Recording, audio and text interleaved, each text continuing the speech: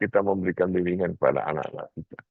Nah, jadi orang tua yang cerdas, guru yang cerdas itu bisa memberikan nasihat yang baik. Orang yang cerdas juga mampu menyampaikan berita atau kabar kebaikan.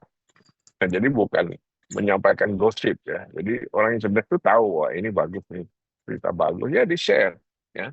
Jangan justru berita yang jelek, berita yang memalukan ya, yang menyakitkan itu yang di-share, itu nggak cerdas.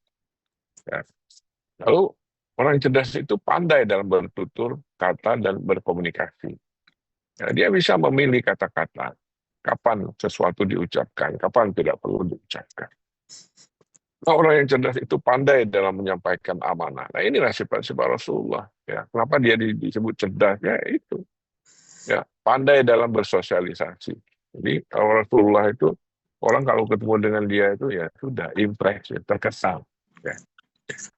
Jadi, itu teori IQ. Ya. Kemudian ada lagi, itu teori namanya teori otak triun, ya. Atau otak tripunggal. Ya. Ini teori yang ditemukan oleh Paul MacLean ya, di tahun 60-an, lebih muda ya teori ini.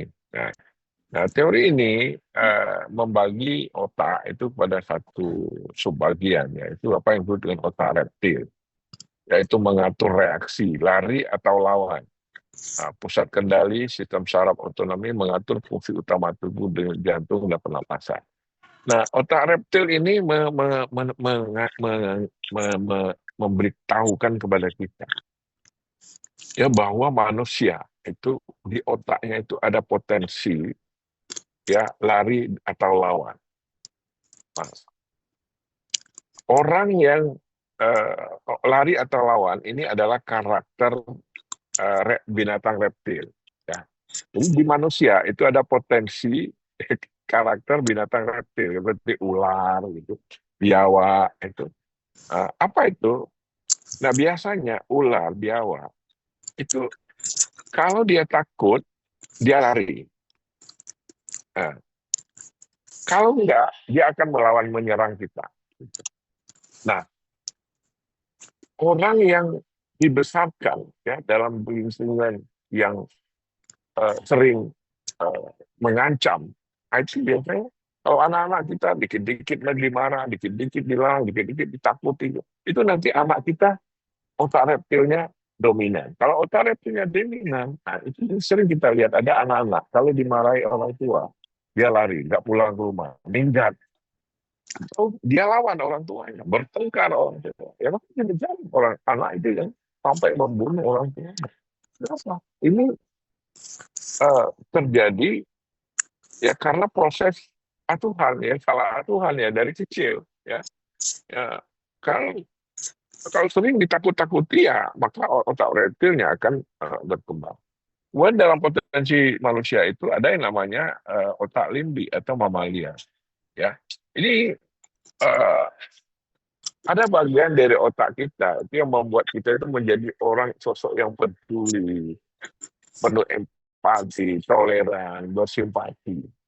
Jadi kalau orang selalu berada dalam lingkungan yang selalu penuh perhatian, peduli, empati, maka otak limbi ini akan berkembang.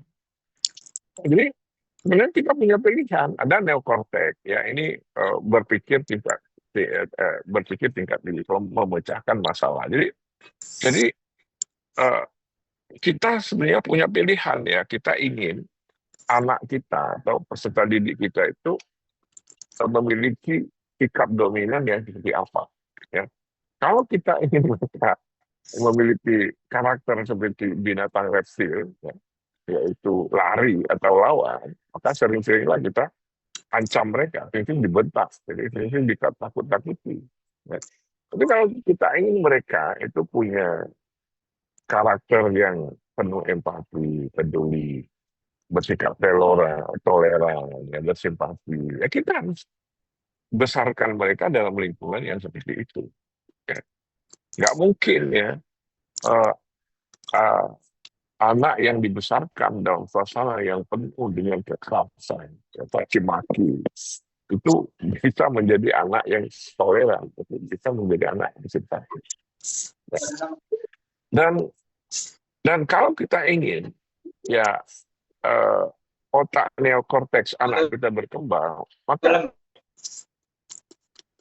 maka sering-seringlah mengajak dia memecahkan masalah, merencanakan sesuatu, ya, mencari solusi terhadap satu masalah. Jadi jangan digampang-gampangkan ya. Seringkali kan kita memanjakan. Jadi anak yang dimanjakan itu otak neokorteknya tidak berkembang, ya. Mungkin dia tidak terlatih menghadapi masalah, pasti menyelesaikan masalah. Nah, jadi saya kira di pendidikan Islam kita jelas sekali pilihan-pilihannya ya. Jadi kalau bisa pendidikan Islam ini tidak menyulut berkembangnya otak reptil ya. Nah, sikap yang kasar, sikap yang kejam, itu kan tidak boleh ya bagi umat Islam. Jadi kita bisa memilih eh, bagaimana pola atau pendekatan pendidikan yang tepat.